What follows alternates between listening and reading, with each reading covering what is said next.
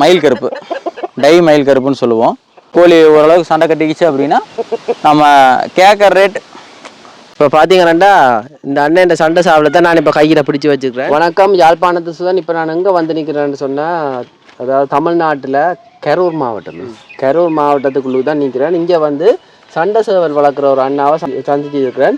இப்போ இவர்கிட்ட வந்து என்ன மாதிரியான சண்டை சேவல்கள் நிற்குது, மற்ற சண்டை சேவல்களை இந்த பராமரிப்பு எப்படி, மற்றது இவற்றை அனுபவம் எப்படின்னு சொல்லி கேட்டு பார்ப்போம். வணக்கம் அண்ணா. வணக்கம். உங்கள்கிட்ட பேர் என்ன? நான் வந்து பாலுங்க. நம்ம ஃபார்ம் வந்து இப்போ எங்கே இருக்குது அப்படின்னா கரூர் டிஸ்ட்ரிக், தமிழ்நாடு. கரூர் டிஸ்ட்ரிக்டில் அரவக்குறிச்சி தாலுக்கா முடக்கூர் அப்படிங்கிற வில்லேஜில் நம்மளோட ஃபார்ம் இருக்குது. நம்ம வந்து கத்திரிக்கால் சண்டைக்கான பெருவடை சேவல்கள் வளர்த்து கொண்டிருக்கிறோம். இப்போது இது வந்து ஒரு சின்ன வயசுலேருந்தே இதில் இன்ட்ரெஸ்ட் அதிகம். இப்போ வந்து தனிப்பட்ட முறையில் தொழிலாக பண்ணுறது வந்து இப்போ ஒரு 4-5 வருஷமாக பண்ணிகிட்டு இருக்கிறாங்க. மற்றது இந்த சண்டை சேவல் வளர்க்கணும்னு சொல்லி உங்களுக்கு ஏன் ஆர்வம் ஏற்பட்டது அப்படின்னா நம்ம சுச்சுவேஷன் பார்த்தீங்கன்னா கிராமப்புறத்தில் மோஸ்ட்லி ஆடு மாடு கோழி இதுதான் வளர்த்துட்டு இருப்பாங்க. நம்மளும் சின்ன வயசுலேருந்து பார்த்துட்டு இருந்த விஷயந்தான். நம்மளுக்கு அனுபவமான விஷயம் அது. ஒரு தொழில் வந்து அனுபவம் இல்லாமல் இடத்துக்கு போகிறதுக்கும் அனுபவமான தொழில் செய்கிறதுக்கும் டிஃப்ரெண்ட் நிறையா இருக்குது. நம்மளும் காலேஜ் முடித்து பல பக்கம் போயிட்டு வந்துட்டு இருப்போம். வேலைக்கு போனோம், எல்லாம் பண்ணோம். ஒசூர் போனோம். ஒசூர்லாம் சிப்காட் ஏரியா தான் ஃபுல்லாக. எல்லாம் ஒசூரில் போயிட்டு எல்லாம் இருந்து பார்த்துட்டு ஒன்றும் செட் ஆகலை. அப்புறம் நம்ம ஃப்ரெண்டு ஒருத்தர் இருந்தான். நானும் ஃப்ரெண்டும் இப்படி அவன்கிட்ட சொன்னேன், இப்படி இருக்குடா ஊரில் நம்மகிட்ட என்ன இருக்குது, நம்ம 4 ஏக்கர் தோட்டம் இருக்குது, ஃப்ரெண்ட்கிட்ட தோட்டம் இருக்குது, நம்மளால் என்ன முடியுமோ இதில் பண்ணலான்டா, ஒரு ப்ராஃபிட் கிடைக்கும் தான் ஸ்டார்ட் பண்ணது தான் இந்த தொழில். இப்போ இந்த தொழிலை வச்சுக்கொண்டு என்ன மாதிரியான உங்களோட குடும்ப செலவுகள் சரி, உங்களோட அன்றாட செலவுகளை வந்து நீங்கள் அதை கட்டுப்படுத்துறீங்க? இல்லை, செலவு கட்டுப்படுத்துறதுங்கிறது ஒன்றும் இல்லை. வருமானம் நீங்கள் எதிர்பார்க்குற அளவுக்கு நான் 4-5 வருஷமாக ஆக்சிஸில் ஒர்க் பண்ணேன். ஆக்சிஸ் பேங்க்கில் ஒர்க் பண்ணேன். காலேஜ் முடிச்சுட்டு ஒசூர் ஒர்க் பண்ணேன். என்ன படிச்சீங்க? இன்ஜினியரிங் டிப்ளமோ முடிச்சுட்டு இன்ஜினியரிங் முடிச்சுட்டு அதுக்கப்புறம் மெக்கானிக்கல் யூனிவர்சிட்டி மெரிட்டில் தான் படித்தேங்க. யூனிவர்சிட்டி அரியலூர் பிரான்ச்சில் படித்தேங்க. என் ஃப்ரெண்டும் ஒன்றா தான் படித்தோம். 2 பேரும் ஒரே இடத்துல படித்தோம். அதுக்கப்புறம் 2 பேரும் ஒரே இடத்துல ஒசூர் ஒர்க் போனோம். அங்கே போயிட்டு தான் இந்த பிளான் வந்துச்சு. அப்புறம் வந்துட்டு நான் ஒர்க்குக்கு போனேன். ஃப்ரெண்டை வேலைக்கு போக வேண்டான்னு சொல்லிட்டு இதை ப்ரொடக்ஷனை ஸ்டார்ட் பண்ண சொன்னோம். அப்புறம் அப்படியே வர்ற அமௌண்ட்டை கொஞ்சம் கொஞ்சமாக போட்டு இன்றைக்கி ஒரு தொழிலாக உட்காந்து பண்ணிகிட்ருக்கோம். சரி, இப்போ உங்கள்ட்ட எத்தனை சாவல் நிற்குது? அதாவது சேவல் இனங்கள் எல்லாமே இங்கே இருக்க ஃபுல்லாகவே பெருவிடை தான். உங்களுக்கு என்ன கலர் வேணும்? இப்போது கத்திரிக்கால் ஃபைட்டுக்குன்னு பார்த்தீங்கன்னா மோஸ்ட்லி கிளர் வச்சு தான் இது பண்ணுவாங்க. நம்ம ஓரளவுக்கு பெரிய ஃபார்ம் நம்மளுது. அனைத்து வகையான கலர்ஸும் இங்கே கிடைக்கும். என்னென்ன கலர் இருக்குது அப்படிங்கிறத நான் உங்களுக்கு ஒவ்வொரு கோழியாக தனித்தனியாக என்னென்ன கலர், என்னென்ன நிறம், என்னென்ன யூசேஜ் எல்லாம் உங்களுக்கு நான் தனித்தனியாக சொல்கிறேன். அது தகுந்தாப்புல பார்த்துக்கலாம். மற்றது இந்த இனங்கள் வந்து நாட்டு இனமோ இல்லாட்டி இது நீங்கள் கலந்து உருவாக்கினமோ என்ன மாதிரி? இல்லை, இதில் வந்துங்க நம்ம நாட்டு மோஸ்ட்லி பார்த்தீங்கன்னா நாட்டு இனங்கள் மட்டும்தான். நம்ம இப்போ சிட்டு சேவல்கள் அது இல்லாமல் இப்போ நிறையா வந்துட்டுருக்கு. பெருவியான், பீமாவரம், பிலிப்பைன்ஸ் லைனேஜ் எல்லாம் இப்போ தான் உள்ளே கொண்டு வந்து இன்புட் பண்ணிகிட்டு இருக்கிறாங்க. இந்தியாவுக்குள்ளே சவுத்துலேருந்து பிலிப்பைன்ஸ்லேருந்து எடுத்து கொண்டு வந்து பண்ணிகிட்ருக்காங்க. நம்மளும் பெருவியானில் இப்போ ஒரு கோழி எடுத்துருக்கோம். இப்போது நம்ம இப்போ தான் அது மிக்ஸ் பண்ண போகிறோம். இப்போ இருக்கிறது வந்து மோஸ்ட்லி பெருவடை சேவல்கள் மட்டும்தான் இப்போ ஃபுல்லாக ப்ரீடில் இருக்குது. நம்மகிட்ட முடிஞ்ச வரைக்கும் பார்த்தீங்க அப்படின்னா 100% ஓன் ப்ரீட் மட்டும்தான். இந்த தொழிலை பொறுத்த வரைக்கும் நான் டாப், நீ கீழே, நான் மேலே அப்படிங்கிறதெல்லாம் கிடையாது. எல்லாருமே நல்ல சண்டை வச்சுருக்காங்க. நம்ம இந்த தொழிலில் அனுபவம் தான் ரொம்ப முக்கியம். என்கிட்ட 10 லட்ச ரூபா பணம் இருக்குது, நான் உடனே போட்டு இந்த தொழிலை ஆரம்பிக்கிறேன் அப்படின்னா 100% அது எப்பவுமே ஃபெயிலியர் தான் கொடுக்கும். அனுபவம் மிக்க ஆட்கள் இங்கே நிறையா இருக்காங்க. அதனால் வந்து இந்த தொழிலை பொறுத்த வரைக்கும் பெரிய ஆள் சின்ன ஆளுங்கிறது கிடையாது. எல்லாருமே நல்ல சண்டை வச்சுருக்காங்க. நம்ம 100% ஓன் ப்ரீட் பண்ணுறோம். ஓன் ப்ரீடு எல்லோரும் பண்ணுவாங்க. ஆனால் 100% பண்ணுற ஆட்கள் குறிப்பிட்டாப்புல விரலுட்டு ஒன்ற அளவுக்கு தான் இருப்பாங்க. அதில் நம்ம ஒரு ஆள். சரி, அவ்வளோதான். மற்ற என்னென்னா தமிழ்நாட்டை பொறுத்தவரையில், அதாவது இந்தியாவில் தமிழ்நாட்டை பொறுத்தவரையில் இந்த மாதிரி சண்டைக்கு விடுறது, சாவல்களை வந்து சண்டைக்கு விடுறது சட்டத்தில் எதுவும் இடம் இருக்கோ இந்த மாதிரி எங்களை இலங்கையில் வந்து கொஞ்சம் அந்த பிரச்சனை இருக்குது. இங்கே எப்படி இல்லை, இங்கே பான் பண்ணிட்டாங்க. இங்கே வந்து கத்திரிக்கால் சண்டை பான் பண்ணப்பட்டிருக்கிறது. ஆனால் சவுத்து நார்த்து இப்போ நம்மளுது மோஸ்ட்லி ஃபுல்லாக வியாபாரம் பார்த்தீங்கன்னா எக்ஸ்போர்ட் தான் பண்ணிகிட்டு இருக்கோம். அதாவது வந்து ஆந்திரா, மகாராஷ்டிரா, ஃபுல்லாக கர்நாடகா, மங்களூர் மோஸ்ட்லி அதிகம் போகும். அந்த மாதிரி எல்லாமே வெளியே ஏற்றிட்டு இருக்கிறனால அங்கெல்லாம் உங்களுக்கு பர்மிஷன் உண்டு. அந்த இடங்கள்லாம் வந்து உங்களுக்கு கத்திரிக்காய் பர்மிஷன் உண்டு, ஃபுல் அண்ட் ஃபுல் பர்மிஷன் உண்டு. அதனால் வந்து நம்மளுக்கு அந்த வியாபாரங்கிறது வந்து இங்கே தடைப்படலாம், ஆனால் அங்கே நம்மளுக்கு தடைப்படாது. எப்பவும் போல் நம்ம எக்ஸ்போர்ட் பண்ணிக்கிட்டே இருக்கிறோம். நம்மளுக்கு மோஸ்ட்லி பார்த்தீங்க அப்படின்னா ஒரு 100க்கு ஒரு 75% நம்மளுக்கு வெளியாட்கள் தான் பார்ட்டி அதிகம். சரிண்ணா. மற்ற என்னென்னா இந்த சாவல் சண்டை இருக்கல்லோ, இது வந்து என்னென்ன தமிழர் வரலாறு பாரம்பரியத்தோட வந்து கலந்துருக்குது. கண்டிப்பாக. இப்போ எப்படி அப்படின்னா ஒவ்வொரு ஊருக்கும் ஒவ்வொரு பெருமை இருக்கும். இப்போ அது அது அதை அது போன்றது தான் சேவல் கட்டும் ஒரு கலை. அந்த கலையும் வந்து நம்ம தமிழ்நாட்டில் இப்போ எப்படி ஜல்லிக்கட்டு இருக்குது, அதே மாதிரி சேவல் கட்டுன்னு ஒரு கலை உண்டு. அதை வந்து இப்போ ஜெயிச்ச சேவலை வச்சுக்குவாங்க, தோத்த சேவலை அறுத்துருவாங்க. அது வந்து ஒரு வீரத்தை வந்து நிலைநாட்டுறது. தமிழர்கள் அப்படின்னாலே ஒரு வீரம். அந்த வீரத்தை நிலைநாட்டுறது தான் வந்து நம்ம இந்த சேவல் சண்டையினுடைய முக்கிய நோக்கம்னு வச்சுக்கோங்களேன். அது வந்து தமிழர் பாரம்பரியத்தோட கலந்தது. அதை வந்து இப்போ பான் பண்ணுறாங்க அப்படிங்கிறது வந்து அது வந்து எப்படி சொல்கிறது, அது இப்போ சூதாட்டமாக மாறினால் பான் பண்ணுறாங்க. நம்ம கவர்மெண்ட்டை குறை சொல்ல முடியாது. சேவலை பொறுத்த வரைக்கும் அந்த வீரத்தை நிலைநாட்டுறதுக்கு தான் நம்ம யூஸ் பண்ணாங்க. ஆனால் இப்போ சூதாட்டமாக மாறாங்கிட்டு இது பான் பண்ணுற நிலைமையில் கவர்மெண்ட்டும் வந்துருச்சு. அது ஒரு வியாபார நோக்கத்துக்கு மாற அது அப்படியே தடை செஞ்சுட்டாங்க. மற்ற பக்கம் எல்லாம் ஆனால் இருக்குது. ஆந்திரா, கர்நாடகா எல்லா பக்கமே பர்மிஷன் உண்டு, தமிழ்நாட்டில் மட்டும் இல்லை. சரி சரி. உடனே நம்ம அண்ணன் சொன்னவரானே இப்போ சேவல் சண்டையை பற்றின விளக்கமும் மற்ற அனுபவமும்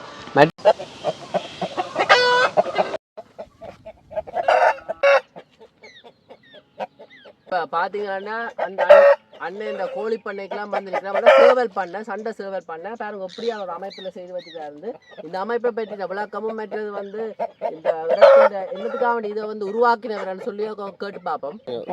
சேவல் மட்டும் தெரிஞ்சா சரி. இப்போ நம்ம ஒவ்வொருத்தங்களும் ஒரு ஃபார்முலாவில் யூஸ் பண்ணுவாங்க ப்ரோ. இப்போ நம்ம பார்த்தீங்க அப்படின்னா ஒவ்வொரு சேவலுக்கும் இந்த செட்டப் தான் பண்ணியிருக்கோம். இப்போ ஃபார்ம் வச்சுருக்கிறவங்க எல்லாம் தனித்தனி இதில் இது பண்ணுவாங்க. எப்படி சொல்கிறீங்க அப்படின்னா எல்லாம் செட்டு போட்டிருப்பாங்க. ஒவ்வொருத்தங்க ஒவ்வொரு கணக்கில் வச்சுருப்பாங்கன்னு வச்சுக்கோங்களேன். நம்மளது வந்து அவுட்டோர் செட்டப், நம்ம எல்லாமே அவுட்டோர் தான். சேவல் ஃபுல்லாகவே வந்து அவுட்டோரில் இருக்கும். நம்மளுக்கு இந்த செட்டு கணக்கில் எதுவும் இல்லைன்னு வச்சுக்கோங்களேன். இப்போ ஓன் பீடி லெவல்னு பார்த்தீங்க அப்படின்னா நம்ம வந்து ப்ரீடிங் யூனிட்னு தனியாக நம்மளுக்கு ஒன்று இருக்குது. அந்த ப்ரீடிங் யூனிட்டில் தான் ஃபுல்லாகவே வந்து ஃபீமேல் ஃபுல்லாக அங்கே தான் இருக்குது. இங்கே மட்டும் மேல் மட்டும்தான் இங்கே நம்ம மெயின்டைன் பண்ணுறோம். அதாவது வந்து ஒரு 1 kg வெயிட்டில் ஃபீமேலேருந்து பிரித்து இங்கே எடுத்து வந்துடுவோம். சேவை குஞ்சு மட்டும் இங்கே எடுத்துகிட்டு வந்து இங்கே ஃபுல்லாக மெயின்டைன் பண்ணுவோம்னு வச்சுக்கோங்களேன். இப்போது இங்கே வந்து மெயின்டைன் ஆகும்பொழுது இங்கேயே அது ரிங்குக்கு ஏற்றி இங்கேயே நம்ம சண்டை பழக்கி இங்கேயே நம்ம வியாபாரத்துக்கு தயார் பண்ணிடுறோம். வீடியோஸ் எல்லாம் நம்ம தனித்தனியாக நம்ம பார்ட்டி கேட்குறவங்களுக்கு அனுப்பிச்சுட்டு அதனுடைய தரத்தை பொறுத்து ரேட் கொடுத்து எடுத்துக்கக்கூடிய சூழ்நிலை இப்போ இருக்குது. இப்போது நம்ம என்ன பண்ணலாம் அப்படின்னா ஒவ்வொரு சேவலும் என்னென்ன ரகம், எந்தெந்த லெவலில் இருக்குது, என்னென்ன பட்ஜெட்டில் இருக்குது அப்படிங்கிறது பார்த்திங்க அப்படின்னா நம்மகிட்ட வந்து ஒரு 5000 ரூபா முதல் ஒரு 50,000 ரூபா வரைக்கும் ஒரு சேவல் வந்து வியாபாரம் ஆகிற நிலைமையில் நம்ம இருக்கிறோம். இப்பொழுதைக்கு இந்த லெவல் வந்து நம்மளுக்கு பரவாயில்ல அப்படிங்கிற கணக்குன்னு வச்சுக்கோங்களேன்.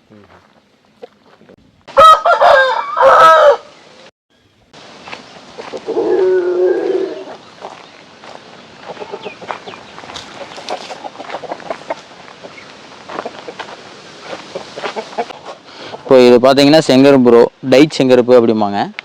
இப்போ இது வந்து பட்டாக்கொண்டை, அதாவது இது வந்து கொஞ்சம் ரேர் நிறம்னு வச்சுக்கோங்களேன். இந்த பூ டைப் வந்து கொஞ்சம் ரேர்.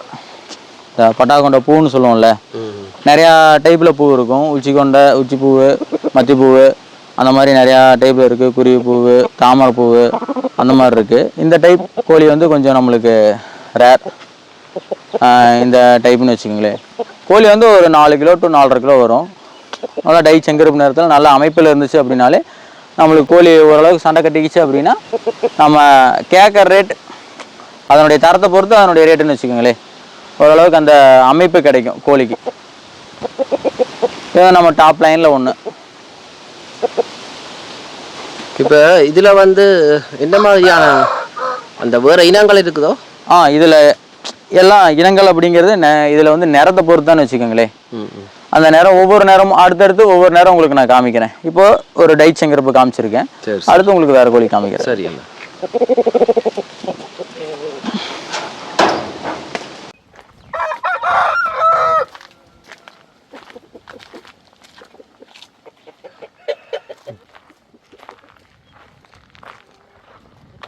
மரத்துக்குலாம் எல்லா வகையான சாவலும் வளர்க்குறார். பார்த்தீங்களா, ஒரு இயற்கையான அமைப்பாக இருக்குது இவற்றை அந்த கூட்டமைப்பு.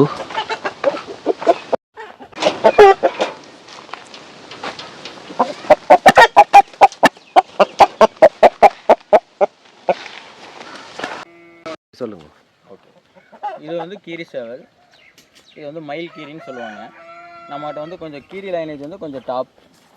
கீரி லைனேஜ் வந்து நம்மகிட்ட கொஞ்சம் டாப்பாக இருக்கும். இது வந்து ஒரு 5-5.5 கிலோ வரும். இன்னும் பட்டாதான், இப்போ தான் பிகினிங், ஃபைட்டிங்க்கு பிகினிங், ஸ்டார்டிங் லெவலில் இருக்குது. ஒவ்வொரு கோழியும் ஒவ்வொரு அமைப்புன்னு வச்சுக்கோங்களேன். அந்த பட்டா கொண்டைக்கு இதுக்கும் டிஃப்ரெண்ட் நிறையா இருக்குன்னு வச்சுக்கோங்களேன். சரி சரி. மற்ற என்னென்னா இப்போ சண்டைக்கு விட இதில் எந்த பகுதி முக்கியமான பகுதி சண்டை பிடிக்கிறதுக்கு? சண்டை அப்படின்னாலே நம்ம காலும் ரக்கையும் பொறுத்து தான் கோழியினுடைய சண்டை இருக்கும். கால் எவ்வளோ ஊக்கம் இருக்குது, எந்த அளவுக்கு வைப்ரேஷன் இருக்குது, அதை பொறுத்து தான் கோழியை சண்டை கட்டுறது இருக்குது. இதே மாதிரி ரக்கை கட்டுன்னு வச்சுக்கோங்களேன். ரக்கை கட்டு எந்த அளவுக்கு இருக்குது, இதை பொறுத்து தான் கோழியினுடைய சண்டை தீர்மானிக்கப்படுதுன்னு வச்சுக்கோங்களேன். இதில் பலவீனம்ண்டா என்ன இந்த சாவலில்? பலம் பலவீனம் அது லைனேஜ் ஓரளவுக்கு வந்துருச்சு அப்படின்னா ஓரளவுக்கு பலம் பலவீனம் உருவத்தை பொறுத்தா வரும். லைனேஜ் அப்படின்னா இப்போ எல்லாமே ப்ரீட் பண்ணுறோம்ல, இது வந்து உங்களுக்கு ஒரு லைனேஜ் கணக்கு வச்சுக்கோங்களேன், அதை பொறுத்து தான் இருக்குன்னு வச்சுக்கோங்களேன். இது இந்த ஆயுட்காலம் எவ்வளவு சாதாரணமாக? ஆயுட்காலம் நம்ம வைத்திருப்பதை பொறுத்து. நம்ம ஓரளவுக்கு எந்த அளவுக்கு வச்சுருக்கோமோ அந்த அளவுக்கு. சரி, ஒரு 10 வருஷங்கிறது ஓரளவுக்கு கோழி இருக்குன்னு வச்சுக்கோங்களேன். இந்த சண்டை சாவல் இனத்திலே ஆரம்ப காலத்தில் தமிழர்கள் பயன்படுத்தின இனம்னு சொல்லி உங்கள்கிட்ட இருக்கும். முதல் பண்டைய காலத்தோட அனைத்தும் பெருவடை சேவல்களை பொறுத்து தான் எல்லாமே பண்ணியிருப்பாங்க. பெருவடை சேவலை வச்சு தான் எல்லாமே ஸ்டார்டிங்லேருந்து பண்ணியிருக்காங்க. நம்மளும் சின்ன வயசுலேருந்து உருவாக்கி கொண்டு வந்து இந்த லெவலுக்கு கொண்டு வந்து வச்சுருக்கிறோம். ஒரு லைனேஜ் பக்காவாக வச்சுருக்கோன்னா அப்போ இருந்ததே கண்டினியூஸாக அப்படியே கொண்டு வந்து ஒவ்வொருத்தவங்களும் எல்லாரும் வச்சுருக்காங்க, நம்மளும் அதில் ஒரு லைன் வச்சுருக்கிறோம், அவ்வளோதான். இதுக்கு வயசு எத்தனை? இதனுடைய வயசு இப்பொழுதுக்கு ஒரு 1 இயர் இருக்கும். இப்போதான் 1 வருஷம். இதனுடைய ஏன் 1 வருஷம் தான் இருக்கும். இது இன்னும் உங்களுக்கு 4 வருஷம் 5 வருஷங்கும் போது நல்ல பெருசாக இன்னும் பெருசாக வந்துடும். இப்போவே ஒரு 5-5.5 கிலோ இருக்குது. ஒரு 7 கிலோ நெருக்கி வர்ற அளவுக்கு இதனுடைய க்ரோத் இருக்குது. இப்போவே 5-5.5 கிலோ இருக்குது. இது வந்து ஒரு 7 கிலோ 7.5 கிலோ வர அளவுக்கு உடல் அந்த க்ரோத் இருக்குது, வந்துடும். இது வந்து ஓரளவுக்கு சேர்ந்துன்னு வச்சுக்கோங்களேன். இது வந்து கீரி, மயில் கீரி. மயில் கீரி.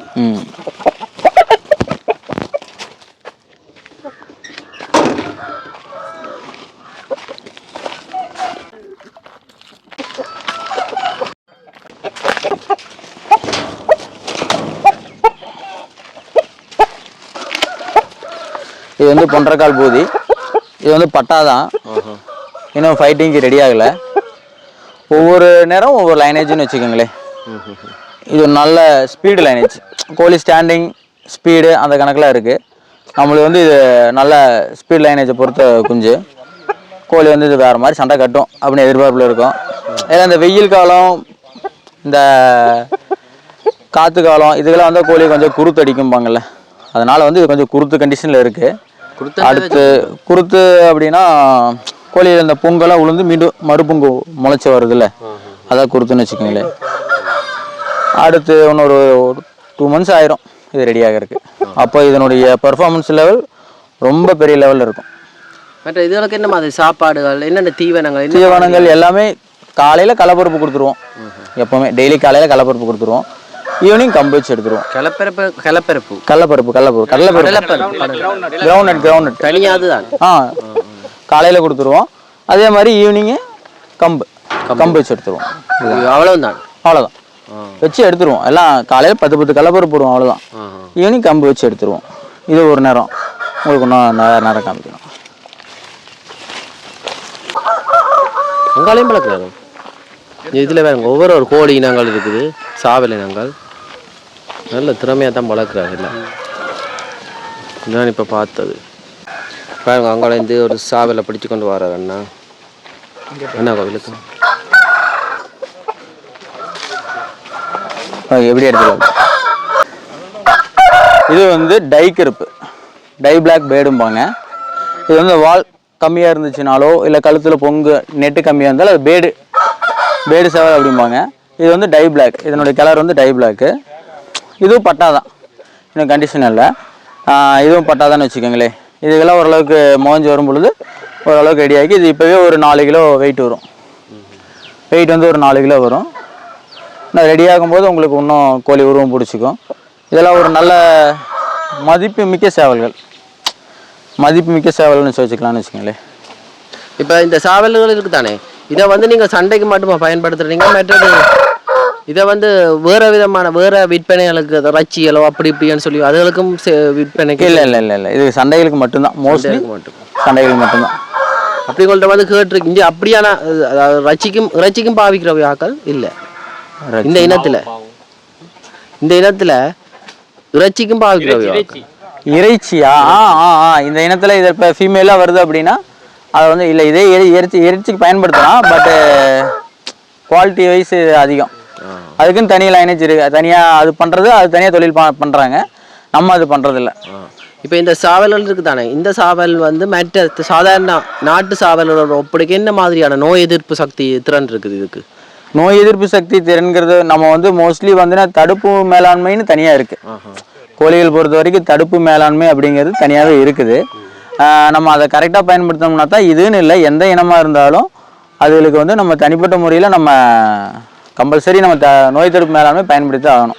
அதுக்கான மருந்து மாத்திரைகள் கொடுத்து தான் நம்ம கொண்டு வர முடியும். குஞ்சிலிருந்தே நம்ம இப்போ நம்மளுக்கு எப்படி நம்ம சின்ன வயசுலேருந்தே 6 மாதத்தில் தடுப்பூசி, அம்மை தடுப்பூசி, தட்டம்மை தடுப்பூசி இந்த மாதிரி போட்டு நம்மளை வலுப்படுத்தி கொண்டு வராங்களே. இப்போ கொரோனா தடுப்பூசி இதெல்லாம் நம்ம சின்ன வயசுலேருந்து நம்மளுக்கு போட்டு வராங்க. அதே மாதிரி இதுகளுக்கும் குஞ்சிலிருந்து லசோட்டா, F1, IBD இந்த மாதிரி கொடுத்து தான் நாங்கள் கொண்டு வருவோம். கொண்டு வந்தோம்னா அதுக்கப்புறம் தான் இது நோய் எதிர்ப்பு சக்தியோடு இருக்கும். இல்லை அப்படின்னா நம்மளுக்கு வர மாதிரி திடீர்னு ஏதாவது அட்டாக் வரலாம், என்ன வேணாலும் நடக்கலாம், எப்படி வேணாலும் ஆகும்னு வச்சுக்கோங்களேன். சாதாரணமாக இப்போ மழை காலங்கள் சரி வெயில் காலங்கள் என்ன மாதிரியான நோய் தாக்கத்துக்கு உள்ளாகக்கூடிய ஒரு சந்தர்ப்பம் வரும்? கோழிக்கு மோஸ்ட்லி பார்த்தீங்க அப்படின்னா வெள்ளைக்கழிச்சல் நோய் அதிகம் அட்டாக் ஆகும். அதை விட்டால் சளி காய்ச்சல் இது வந்து நம்மளுக்கு ஃபுல்லாக அட்டாக் ஆகுது. மழை காலத்தில் வர்ற சளிகளை கூட ஓரளவுக்கு கட்டுப்படுத்திக்கலாம். ஆனால் அந்த வெயில் டைமில் வர்ற அந்த சூட்டு சளியை வந்து அப்படியே அது வெள்ளைக்கழிச்சல் நோயாக மாறிடும். அதுக்கு வந்து நம்ம முன்கூட்டியே அதற்கான தடுப்பு முறையை பயன்படுத்தினா வந்ததுக்கப்புறம் ஒரு நோய் வந்ததுக்கப்புறம் நம்ம தடுத்து அதை கண்ட்ரோல் கொண்டு வர்றதுங்கிறது வாய்ப்பு குறைவு. அதனால் வந்து வர்றதுக்கு முன்னாடியே நம்மளால் என்ன தடுப்பு கொடுக்க முடியுமோ அதை கொடுத்து நம்ம பயன்படுத்திக்கணும். சரி அண்ணா. மயில் கருப்பு, டை மயில் கருப்புன்னு சொல்லுவோம்.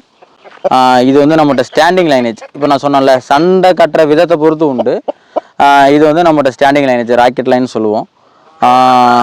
இது வந்து டை மயில் நேரத்தை சேர்ந்த கோயில் மேலே வந்து அந்த செம்பொங்கு இல்லாமல் மயில் பொங்கு வந்திருக்கும். இது வந்து மயில் கருப்புன்னு சொல்லுவோம்னு வச்சுக்கோங்களேன். நம்மளோட டாப் லைனேஜில் இது ஒரு கோழி. இது வந்து இப்போ 4 கிலோ ஒரு வெயிட்டு. இன்னும் இது தயாராகும்போது ஒரு 4.5 கிலோ வந்துடும். வியாபாரத்தளத்துக்கு வரும்போது ஒரு 4.5 கிலோ வந்துடும்னு வச்சுக்கோங்களேன். இது மேலே வளர்றது மேலே வளர்றது கொண்டை. இது கொஞ்சம் கண்ணை மறைக்கிறதுனால நாங்கள் அறுத்துட்ருக்கோம். கண்ணை மறைச்சா சண்டைக்கு நம்மளுக்கு சண்டை குறையும். அதனால் இது சாஞ்சிருந்துச்சு பூவு, அதனால் அறுத்துட்ருக்குறோம். இப்போ ஓரளவுக்கு ஸ்ட்ரைட் ஆகிக்கிச்சு. இன்னும் கோழி ஓரளவுக்கு நல்லா அடிக்கும். இந்த புண்ணு ஆறுனதுக்கப்புறம் சண்டை வைக்கணும். சண்டை வச்சு அப்படின்னா அப்புறம் வியாபாரத்துக்கு ரெடி ஆகிருன்னு வச்சுங்களேன் கோழி. வேப்ப மரம், நிறைய வேப்ப மரம் நிற்குது. தேக்கு, பூவரசு, அங்கால மெட்ட சாவல் நம்ம இருக்குது. அதை பிடிக்க போயிட்டார். நிறைய மரங்கள் வச்சிருக்கிறேன்.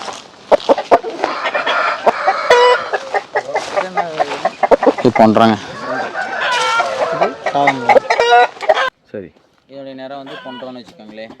என்ன பேர் என்னது? பொன்றோம் செம்பை சொல்லலாம்னு வச்சுங்களேன். இப்போ இது வந்து தயாராக இருக்குது, கண்டிஷனான பேட். இது வந்து நம்ம ஓன் யூஸுக்காக வச்சுருக்குறோம், நம்ம பயன்படுத்துறதுக்காக வச்சுருக்கோம்னு வச்சுக்கோங்களேன்.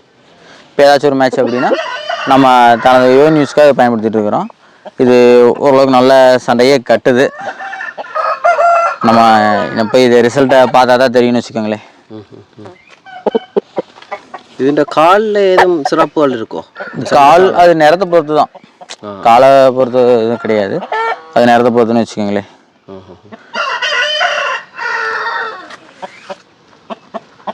இதில் வந்து பெருமதி கூடின சாவலண்டா இது பெரும் மதி கூடின சேவல், அது வந்து விலை கூடினது. விலை கூடின சேவல்னு சொல்ல போகிறோம் அப்படின்னா அதனுடைய சண்டையை பொறுத்து தான் மோஸ்ட்லி அதனுடைய தரம் வந்து நிர்ணயிக்கப்படுது. அது என்னென்னு கண்டுபிடிப்பீங்க இந்த சண்டை நான் உங்களுக்கு வீடியோ வந்து இன்ஸ்டா ஐடி எஃபி ஐடி எல்லாம் உங்களுக்கு நான் கீழே கொடுத்துடலாம், அதில் பார்த்தாலே நம்மளுடைய அனைத்து வீடியோ வரும். ஏன்னா கோழினா பேசிக்காக ரன்னிங் வந்து ஒரு தலை மட்டத்தில் ஜோடிச்சு மறுப்பு தேடமாக அடிச்சுது அப்படின்னா ஒரு குவாலிட்டியான சேவல். இதான் வந்து கோழியினுடைய பேசிக். இப்போ நம்மளாம் லைனேஜ் வச்சிருக்கிறதுனால நம்மகிட்ட அனைத்து கோழியும் ஓரளவுக்கு இந்த பேசிக்கில் அடிக்கும், அவ்வளோதானே வச்சுக்கோங்களேன். அப்புறம் அதனுடைய உருவம், சைஸு, நிறம் அதை பொறுத்து ரேட்டு கூடும் குறையும், அதை பொறுத்து தான் ரேட்டு இருக்குது, எல்லாமே இருக்குது. இப்போது இன்ஸ்டா எஃபி இப்போ வந்து எல்லாமே ஆன்லைன் வியாபாரம் அதிகமாகிடுச்சு. இப்போது நேரடி வியாபாரத்தை விட ஆன்லைன் தளத்தில் தான் உங்களுக்கு வியாபாரம் இப்போ அதிகமாக ஆகிட்டு இருக்குது. அதனால் வந்து இப்போ மோஸ்ட்லி பார்த்தீங்க அப்படின்னா எங்கிட்ட வெளி வியாபாரம், அதாவது வீடியோ பார்த்து வாங்குகிற ஆட்கள் தான் அதிகம். நேரடியாக வந்து வாங்குகிற ஆட்கள் இருக்காங்க, ஆனால் அந்த அளவுக்கு அதிகமான ஆட்கள் வந்து நம்ம இங்கே சக்ஸஸ் பண்ணுறதில்ல. மோஸ்ட்லி வெளியே தான் ஏற்றிக்கிறோம், நம்ம குறைவான கோழிகள் மட்டும்தான் இங்கே கொடுக்குறோம். சரி மோஸ்ட்லி வெளியே தான் ஏற்றிட்டு இருக்கிறோம். சரி அண்ணா, நன்றி. இப்போ பார்த்தீங்கன்னா இந்த அண்ணன் இந்த சண்டை சாவலை தான் நான் இப்போ கையில் பிடிச்சி வச்சுக்கிறேன். சாவலுக்கு பேர் பட்டாக்கொண்டை எண்ணெய்னாம். பாருங்க, இது இந்த கொண்டை மற்றது இது இந்த உருவம் எல்லாம் அப்படி இருக்கு, வந்து எல்லாத்தையும் விளங்கப்படுத்தி இருந்தவர் பார்த்துருப்பீங்க. நீங்களும் இந்த அண்ணையோட தொடர்பு கொள்ளணும்னா நான் தொடர்பு இலக்கம் வந்து நான் டிஸ்கிரிப்ஷனில் கொடுத்துருவேன். இவர்கிட்ட இன்ஸ்டாகிராம், வாட்ஸ்அப், யூடியூப் எல்லாம் இருக்குதாம். நிறைய சண்டை சாவல் வளர்க்குறார் இவர். அன்னைக்கு மிக்க நன்றி.